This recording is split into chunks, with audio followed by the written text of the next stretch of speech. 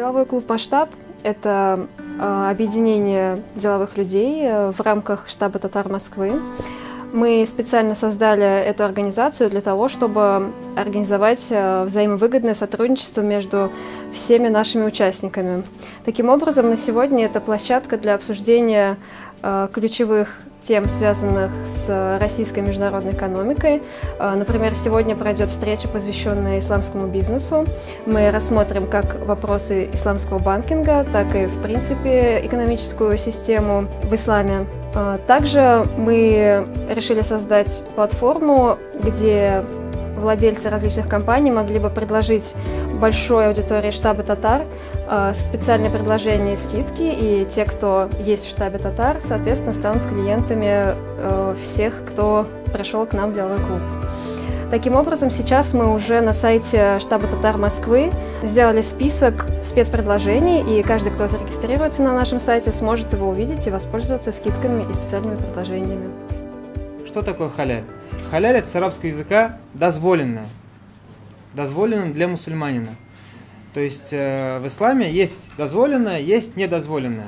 Берем то ли кредитные карты, то ли кредиты, то ли суды. Говорится, 5% человек думает, годовых, наверное, а получается, что месячных. Это скрытые условия.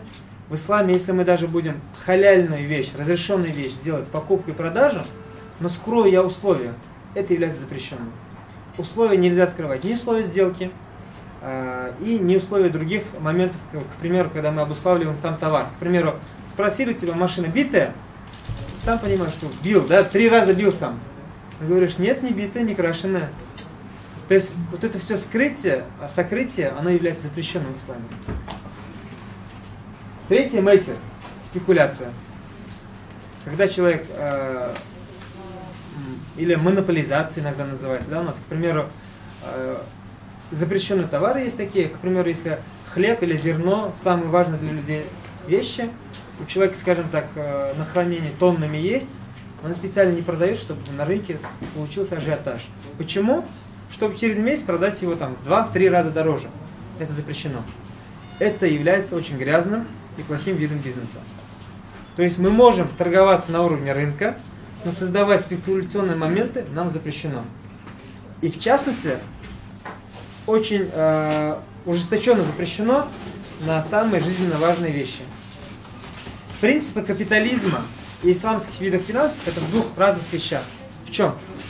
Капитализм больше заключается в том, чтобы обогащение человека, как индивидуума. То есть каждый думает, как бы мне стало лучше, как бы я стал богаче. И в этом думаю, что если я стану богаче, то все станут богаче.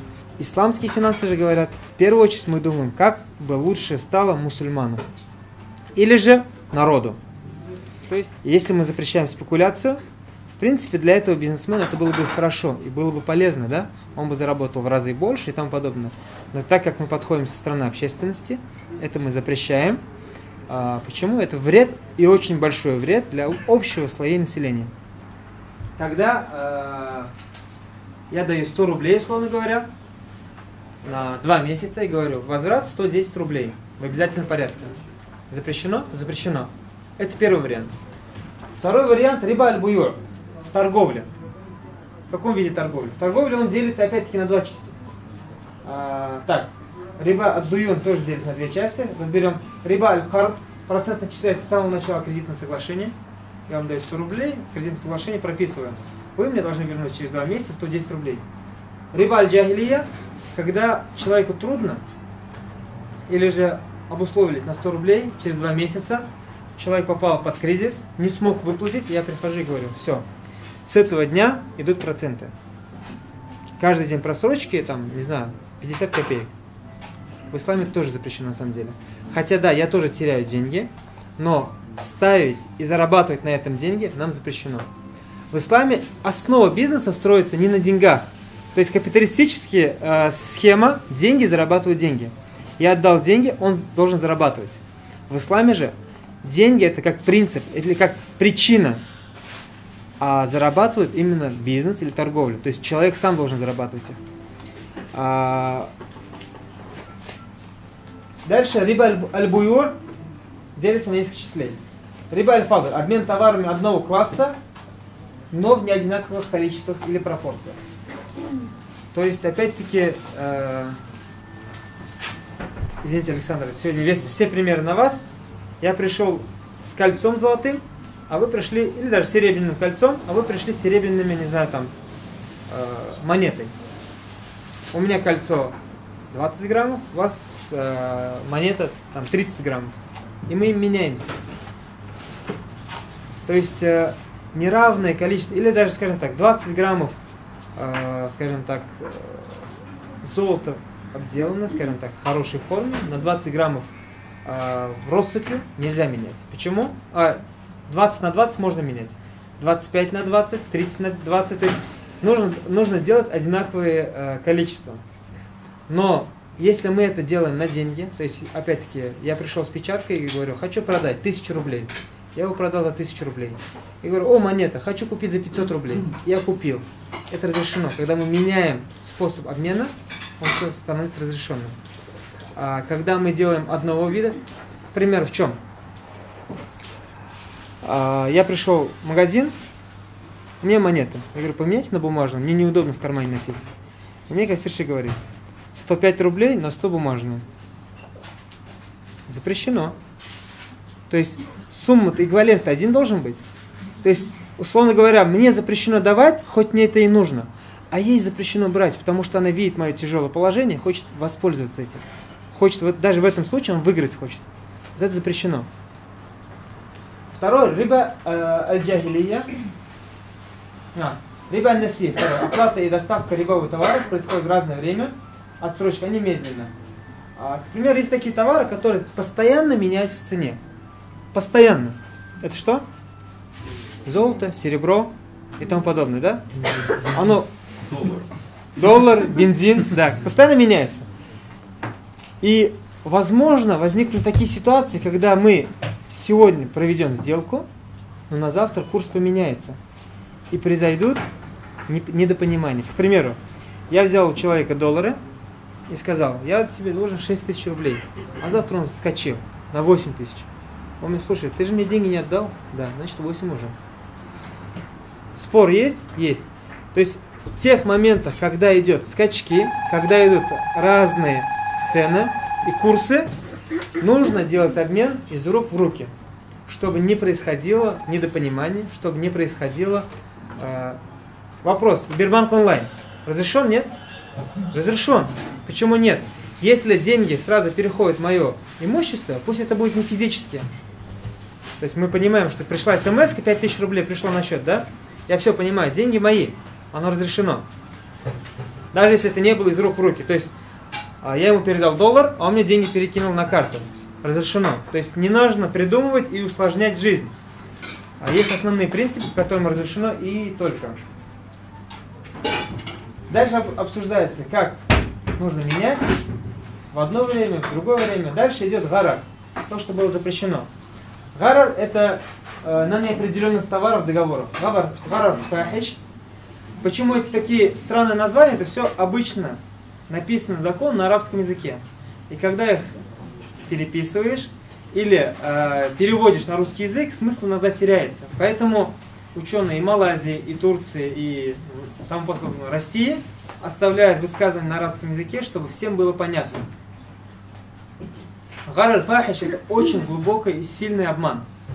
То есть, когда, условно говоря, Александр у меня заказал машину Камри 2018 года, а я ему привез Короллу 2011 года и пытаюсь продать ему за ту же сумму, это очень сильный обман. И он имеет полное право потребовать деньги свои обратно, я буду обязан ему возместить все. Гарар ясир. Небольшие, средние, да, скажем так. И гарар мутавасид, это средние, ясир это маленькие.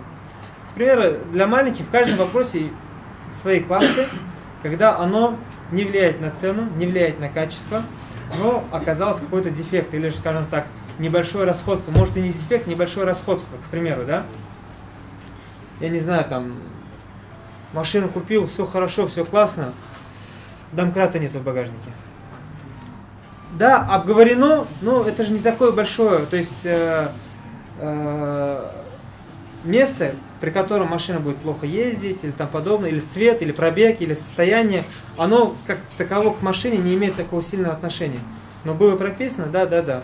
Оно, опять-таки, договоренность из-за маленьких неопределенностей. То есть, в принципе, если это обговорено или не обговорено, желательно наладить. То есть, желательно не разрывать отношения, а это именно наладить. А когда средний, скажем так, это, к примеру, в договорах опять приходится, продавец не способен брать ответственность в силу своего возраста.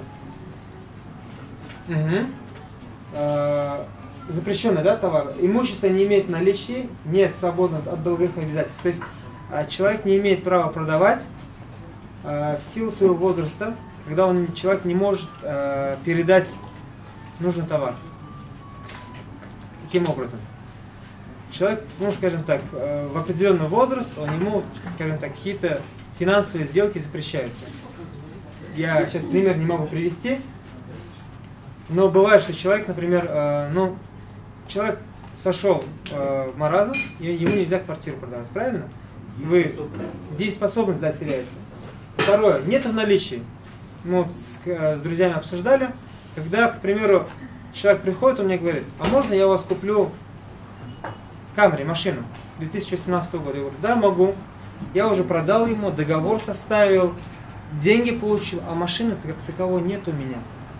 То есть нельзя продавать того, чего у тебя нету.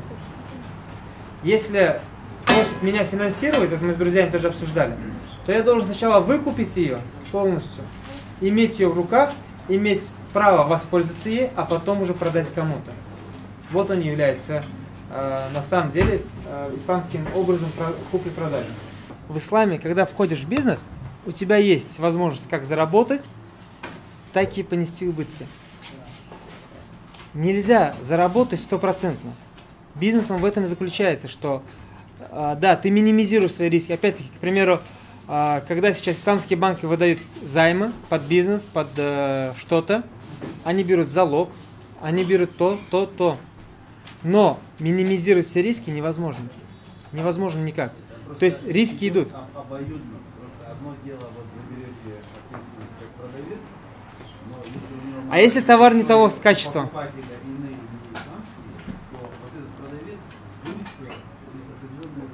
А если товар не того качества?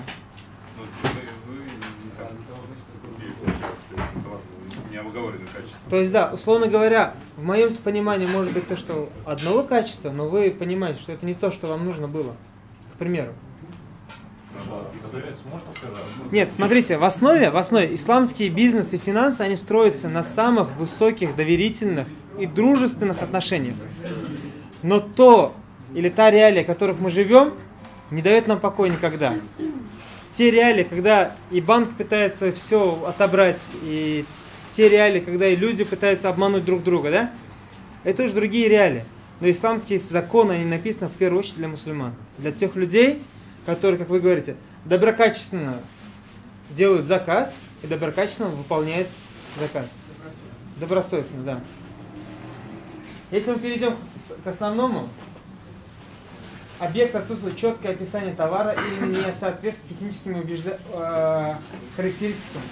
Продажи рыбы в воде, птицы в небе, или не родившегося плода или приплода, да? Или убежавшего животного. То есть я не могу вам сказать, вон аист летит, вот ты заплати мне $1000, я тебе его поймаю. Нельзя нам. Или сказать, к примеру, у меня вот бычок, у него есть плод, он должен, скажем так, скоро родить. Я не имею права продать плод. Приходите на наши встречи, мы всем рады.